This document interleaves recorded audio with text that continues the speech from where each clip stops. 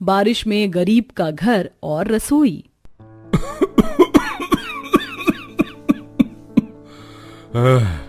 अरे आज फिर से तुम दोनों ने पूरे मकान में धुआं धुआं मचा दिया है। आज का दम निकाल कर रहोगी दोनों। पूरे कमरे के अंदर धुआं भर जाने के चलते ससुर केदारनाथ भड़क कर कुड़कुड़ाने लगते हैं। वहीं सुधा सिरकनी से चूल्हे को फूंक रही थी। कितनी देर से जतन करी हूं, मगर ये निगोड़ा मिट्टी का चूल्हा जलने का नाम ही नहीं ले रहा। चूल्हा फूंक फूंक कर सांस अलग चढ़ गई। लगातार चूल्हे से चिमनी जितना तेज धुआं निकलता देख बच्चे रोते हुए आंख मसलने लगते हैं। चाची, मम्मी मत बनाओ खाना, आप दोनों में आंखों में धुआं धुआं लग रहा है। हाँ मम्मी, चूल्हा बंद कर दो, अभी के भी आंख में लग रहा धुआं। तुम तीनों भाई बहन को कुछ ज्यादा ही धुआं नहीं लग रहा है? फिर खाना भी मत मांग लेना खाने के लिए हमसे। मुझे भी कोई शौक नहीं चढ़ा है इतना बड़ा पेट लेकर चूल्हे के आगे बैठ के धुआं खाने का। डांट खाकर तीनों बच्चे चुप्पी लगा के बैठ जाते हैं। तभी सास कस्तूरी, अरे पूनम बहू, तुझे कितनी बार बोला इतना गुस्सा मत किया कर, पेट से है तू। लगता है तुम दोनों ने आज ठीक से आंच जोड़ा ही नहीं, तभी धुआं कर रहा है। हट, मैं जलाती हूँ। कस्तूरी कोने में लगे रसोड़े में आती है, जहां मिट्टी का चूल्हा, डाला बांस की बनी हुई टोकरी के अंदर इस्तेमाल के बर्तन थे और प्लास्टिक के डिब्बे बोतल में दोनों जुगाड़ बहुओं ने मसालदानी बना रखी थी। किसी तरह दोनों बहू ने कमरे के छोटे से भाग में जुगाड़ू रसोई बिठा रखी थी। एक ही कमरे में पकाना, खाना, सोना, रहन सहन करने में गरीब परिवार को काफी दिक्कत परेशानी रहती थी। बहू, आंच भी अच्छे से कैसे पकड़ेगी? तूने चूल्हे में इकट्ठे इतने सारा भूसी झोंक दिया है, साथ में एक दो उपले भी लगा देती। माँ जी, उपले तो रात में खत्म हो गए, सोचा अभी के टाइम तो खाना पानी भूसी झोंक कर बना लेंगे, लेकिन बरसात में ये भी भीग कर सील गए हैं। बड़ी, जब तुझे पता है बरखा पानी का मौसम लग गया तो तुझे भूसी बाहर आंगन में नहीं छोड़ना चाहिए था। देख, कोई पन्नी या कागज दे, आंच पकड़ा देती हूँ। तब सुधा सूखी पन्नी का जुगाड़ करती है, जिससे कस्तूरी आंच जला देती है। दोनों बहू जल्दी से रोटी सब्जी बना देती हैं। तभी बारिश का रंग कर देता है, जोर जोर से घटाएं गरजने लगती हैं। तभी दोनों बेटे दिनेश, राजन मिस्त्री लेकर आ जाते हैं। आइए आइए भैया, यहीं पर आंगन में रसोई बिठानी है, आप बता दीजिए खर्चा क्या लगेगा। तभी मकान में से बाकी सब लोग भी बाहर आ जाते हैं। तभी मिस्त्री चालू पना दिखाते हुए बोलता है, देखो भाई, एकदम स्टैंडर्ड फर्स्ट क्लास पक्की रसोई बना दूंगा, लेकिन लाख रुपए का खर्चा आएगा। पक्की रसोई बनाने में 1 लाख रुपए की लागत सुनकर दोनों भाई संकोच में आ जाते हैं। अरे भैया जी, कैसी बातें कर रहे हो? छोटी मोटी रसोई बनाने में 1 लाख रुपए का खर्चा ज्यादा नहीं बता दिया आपने? हाँ भाई, 1 से 1.5 लाख में तो अच्छा खासा एक बड़ा पक्का कमरा बनकर तैयार हो जाएगा। अरे काका, 1-1.5 लाख में कमरा आज से 10-12 साल पहले बनते थे। महंगाई भी तो देखो ना कितनी तेजी से बढ़ रही है। ईंट बालू के दाम आसमान छू रहे हैं और बिरला सीमेंट सोने के भाव बिक रहा है। देखो भाई, 1 लाख रुपए खर्च करके रसोई बनवाना हमारी क्षमता सामर्थ्य से बाहर है। बड़ी मुश्किल से कैसे कैसे करके हमने 10,000 रुपए जोड़े हैं, इतने में छोटी सी रसोई बना दो। अरे आज के जमाने में 10,000 में रसोई बनाना तो दूर, रसोई की एक दीवार भी ना निकले। जब पैसे जुड़ जाए तब बुला लेना। एक पल के लिए अगर मिस्त्री का मेहनताना भी छोड़ दें तो भी 50,000 से नीचे का खर्चा नहीं आएगा। अब जब पैसे हो तो बुला लेना, फालतू का समय खराब कर दिया। घमंड झाड़कर मिस्त्री गरीब परिवार के आंगन से चला जाता है। रसोई का काम रुक जाने के चलते दोनों बहुएं काफी निराश हो जाती हैं। मतलब इस साल भी हमें बारिश में ही चूल्हा लगाकर भीग भीग कर खाना पीना करना पड़ेगा। हमने खुद गर्मी में फैक्ट्री में तप कर काम किया, पेट काट काट कर रसोई पक्की करवाने के लिए पैसे जोड़े थे। तुम चिंता मत करो, हम और ज्यादा मेहनत करेंगे। इस महीने नाइट में ओवर टाइम करेंगे और पैसे जोड़ के रसोई बनवा के रहेंगे। तभी जोर जोर से बादल गरजते हुए पीट पीट कर मूसलाधार की बारिश होने लगती है। हे भगवान, आज तो राम जी आसमान में से बाल्टी भर भर कर बरखा बरसा रहे हैं। चलो सब लोग भीतर। सभी घर वाले जैसे ही घर के अंदर आते तो रसोई की दीवार से निकली खिड़की से झटास मार रहा था, जिससे मिट्टी का चूल्हा तेजी से भीग रहा था। दरवाजों के दरारों में से झरझर पानी अंदर आ रहा था। मम्मी मम्मी देखो, बच्चे हमारे घर में पानी भरने लग गया। अब हम लोग कहाँ पर बैठ कर पढ़ाई करेंगे और रात में सोएंगे कहाँ पर? निक्की बिटिया, तू परेशान मत हो, मैं खाट बिछा देती हूँ, तुम दोनों बहन खाट पर बैठकर पढ़ लेना। पूनम बहू, जल्दी से चूल्हा तोप दे, वरना बारिश में भिगा कर चूल्हा खराब हो जाएगा। जी माँ जी। पूनम जल्दी से बड़ी सी पन्नी से चूल्हा ढक कर चारों तरफ ईंट रख देती है। वहीं दोनों नंद भाभी दीवारों से रिसाव हो रहे पानी को पोछे से खाली बर्तन में निचोड़ के जमीन को सुखाने लगती हैं। भाभी, हम इतनी देर से पानी साफ करने में लगे हुए हैं, लेकिन घर में से 1 इंच पानी घटने का नाम नहीं ले रहा, उल्टा और बढ़ता जा रहा है। मेरी भी समझ में नहीं आ रहा नेहा कि इतना पानी कहाँ से भर रहा है, और अब तो पानी में गटर जैसी बांस आ रही है। तभी सुधा देखती है कि वो काला काला पानी घर के कच्चे फर्श के अंदर से निकल रहा था, जिसे देख वो झुंझला जाती है। बस यही दिन देखना बाकी रह गया था, अब तो गटर का पानी घर में भरने लगा है। मेरा तो मन भिनक रहा है साफ करने पर, पता नहीं कब तक इस कच्चे मकान में टाइम काटना पड़ेगा। सुधा गुस्से में बुदबुदा कर घिन करते हुए घर के अंदर भरा काला पानी बाहर निकाल कर फेंकती है। कुछ देर बाद बारिश बंद हो जाती है। भाभी, मेरी तो कमर टेढ़ी हो गई घर को सुखाने में। बारिश होने के बाद मौसम कितना ठंडा ठंडा सा हो गया। पूनम बहू, सबके लिए अदरक तुलसी पत्ता डालकर लाल चाय बिठा दे। तभी सामने के पड़ोस के पक्के मकान से पकौड़े की खुशबू सबकी नाक में आती है। मम्मी, लगता है आज हमारे अमीर पड़ोसियों के घर में फिर से पकौड़े बने हैं। चाची, आप भी हमारे लिए चाय पर पकौड़ी बना लो ना प्लीज। रंजन को पकौड़े बनाने की फरमाइश करता देख पूनम छुच्छे पड़े अनाज बेसन के डिब्बे को देखकर असहजता से बोलती है। रंजन बेटा, पकौड़े मैं कल बना दूंगी, वैसे भी रात की बासी रोटी पड़ी है, उसे तेल से सेक देती हूँ, खा लेना। मुझको नहीं खानी बासी रोटी, मुझको चटपटे पकौड़े खाने का दिल है। इतना बोलकर रंजन मुंह बनाकर दरवाजे के बाहर जाकर बैठ जाता है। तभी राजन कहता है, पूनम, अगर रंजन का पकौड़े खाने का मन है तो थोड़ा सा बना दो।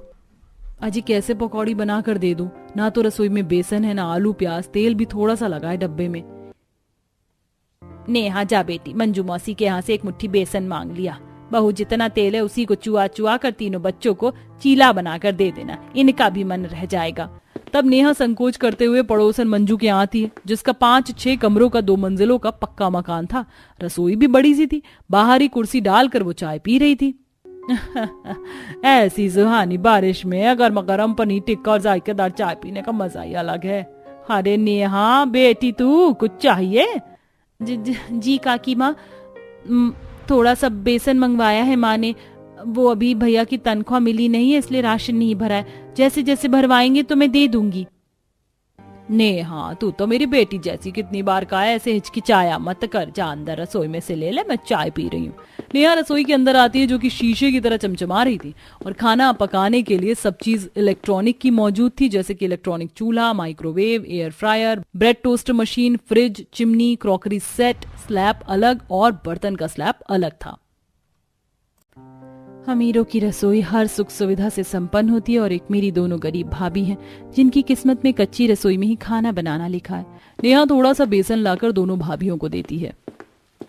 जेठानी जी, ये तो बड़ी मुश्किल से 1 से 2 मुट्ठी बेसन होगा, इसमें थोड़ा सा आटा मिलाना पड़ेगा तभी बच्चों के लिए बनेगा। आटा तो है ही नहीं डिब्बे में, पलथन वाला सूखा आटा है, वही मिला दो। किसी तरह गरीबी में जुगाड़ लगाकर दोनों बहू बेसन में आटा मिक्स करके मिश्रण घोल के चीला घोलती हैं और तेल चुआ चुआ कर बनाती हैं। तभी रसोई के कच्चे छज्जे से मिट्टी का ढेला टूटता है।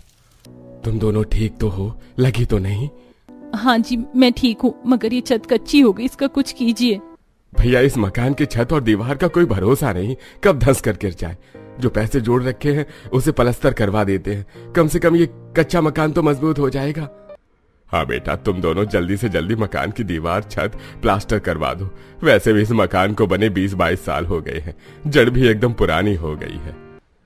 जी पिताजी, फिलहाल हम फैक्ट्री जा रहे हैं, लेकिन 1-2 दिन में मिस्त्री लगा लेंगे। दोनों भाई हल्की हल्की बूंदाबांदी में फैक्ट्री में आ जाते हैं, जहाँ फैक्ट्री का मालिक नए लगे मजदूरों को छांट कर अलग कर रहा था। अरे भाई, क्या बात है? ये सेठ जी मजदूरों को अलग क्यों कर रहे हैं?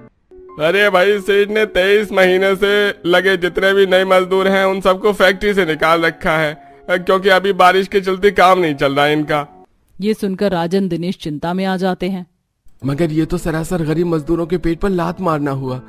ऊपर से बारिश के मौसम में कहीं और काम मिलना भी दूभर है। हम गरीब अपने परिवार का पेट कैसे भर पाएंगे? अरे भैया, इन अमीर को कोई मतलब नहीं है, गरीब का परिवार चाहे खाए या भूखे मर जाए। जाओ, जाकर अपनी दिहाड़ी ले लो अभी। सुनने में बहुत ही कड़वी कहावत है, लेकिन गरीब की सारी जिंदगी 2 वक्त की रोटी कपड़ा मकान जोड़ने में गुजर जाती है। वहीं बरसात में तो जाने हजारों दिहाड़ी भत्ते पर निर्भर गरीब मजदूर का परिवार भूखा मर जाता है। अरे तुम दोनों को तो मैंने 2-3 दिन पहले से ही पूरी तनख्वाह दे दी है, तो फिर क्यों आगे मुंह उठा के? उठो चलो यहाँ से। पर सेठ, हमने तनख्वाह मिलने के 3 दिन तक 10 घंटे फैक्ट्री में दिहाड़ी लगाई थी, उसके पैसे दे दो। अरे तुम तो बड़े लीचड़ हो। अरे पूरे महीने तो मजदूरों को चाय मट्ठी खिलाने पिलाने का खर्चा मेरा लगता है, उसमें काट लिए पैसे। अब एक अठन्नी नहीं दूंगा, चलो भागो यहाँ से। सेठ मक्खरपन से दोनों को फैक्ट्री से भगा देता है। दोनों घर आकर पूरी बात बताते हैं। ऐसे ही 2-4 दिन गुजर जाते हैं। पिछले 4 दिन से हर जगह बस ठोकर ही खा रहे हैं, कहीं काम तो मिल नहीं रहा। लगता है बिना काम के इस बारिश के मौसम में कैसे चलेगा परिवार का खर्चा। भैया एक बार उस भोजनालय ढाबे पर चलकर पता करते हैं, शायद काम मिल जाए। तभी देखते देखते आसमान बिल्कुल काला कर देता है और बिजली चमकने के साथ तेज झोंके से हवा चलने लगती है। दोनों उम्मीद लगाकर ढाबे में आते हैं। अरे बोलो भाई, क्या लाऊं? चाय, सब्जी, रोटी, नान, पकौड़े, ब्रेड? जी नहीं शुक्रिया भैया, हम काम के लिए आए हैं। आप अगर कहेंगे तो हम झूठे बर्तन भी धो लेंगे, जो ठीक लगे दे देना, बेरोजगार हैं इस टाइम। अरे भाई तुम दोनों को रख तो लेता, लेकिन अभी मेरा ढाबा अच्छा नहीं चल रहा। कोई नहीं भैया, चलो चलते हैं। ढाबे से भी दोनों का हाथ निराशा ही लगती है। वहीं आंधी बारिश तगड़ी होने के चलते उनकी कच्ची चौखट उखड़ जाती है, जिससे बारिश का पानी उनके पूरे घर में भर जाता है, जिससे अनाज चूल्हा दोनों बर्बाद हो जाता है। वहीं खिड़की का पल्ला भी उखड़ जाता है, जिससे और भी जोर से झटास मारने लगता है। हे भगवान, हमारे मकान के अंदर तो जैसे पानी का सैलाब बह रहा है। कितनी मेहनत से मिट्टी लाकर हमने चूल्हा बनाया था, वो भी टूट गया। अब बिना चूल्हे के कैसे गुजारा चलेगा। तभी टूटी चौखट से बहुत सारे मेढक जोंक पानी में तैरते हुए अंदर घुस जाते हैं। अरे वाह निक्की दीदी, पिंकी, देखो कितने सारे मेढक हमारे घर में हमारे साथ रहने आया। देखो कैसे उछल रहे। एक मेढक पानी में गया छपाक, 2 मेढक पानी में गया छपाक छपाक। चलो भैया हम भी पानी में तैरते हैं। पिंकी रुको, थोड़ा सा और पानी भर जाने दो, फिर स्विमिंग पूल जितना मजा आएगा पानी में नहाएंगे। ये सुनते ही पूनम दोनों को डांट लगाती है। चुप करो दोनों, यहाँ घर में पानी भर गया और तुम दोनों को मस्ती सूझ रही है। एक तो पता नहीं दोनों काम ढूंढने गए हैं, अभी तक कहाँ ओल पर मिट्टी चढ़ा रहे हैं। इतने में मुंह लटकाए हुए दोनों खांचे में आते हैं, जहाँ टूटी चौखट से नाले के जैसे पानी घर के अंदर बह रहा था। ये घर में इतना पानी कैसे भर गया है? अरे बेटा, चौखट टूट गई है। बहुएं बेचारी बड़ी देर से पानी साफ करने में लगी हैं। कहीं से थोड़ा सीमेंट लाकर चौखट जोड़ दो, वरना बाढ़ लग जाएगी। दोनों भाई बारिश में भीगते हुए दोबारा से दुकान वाले से थोड़ा सीमेंट लाकर चौखट जोड़ते हैं। वहीं कुछ देर बाद दोनों बहू घर का सारा पानी बाहर करती हैं। माँ बहुत तेज की भूख लगी है, खाना कब बनाओगी? हल्ला मत मचाओ पिंकी, खाना किस पर बनाएंगे? चूल्हा तो पूरा बारिश में बह गया, अब दोबारा मिट्टी लानी पड़ेगी। बारिश छूटते ही दोनों बहू सूखी मिट्टी लेने के लिए जंगल में जाती हैं। जेठानी जी, बरसात के कारण जंगल की तो दूब घास भी पानी में डूबकर तरतर हो रखी है। मुझे नहीं लगता यहाँ सूखी मिट्टी मिलेगी। देवरानी जी थोड़ा अंदर चलकर देखते हैं, क्या पता मिट्टी मिल जाए तो चूल्हा बनाने का जुगाड़ हो जाएगा।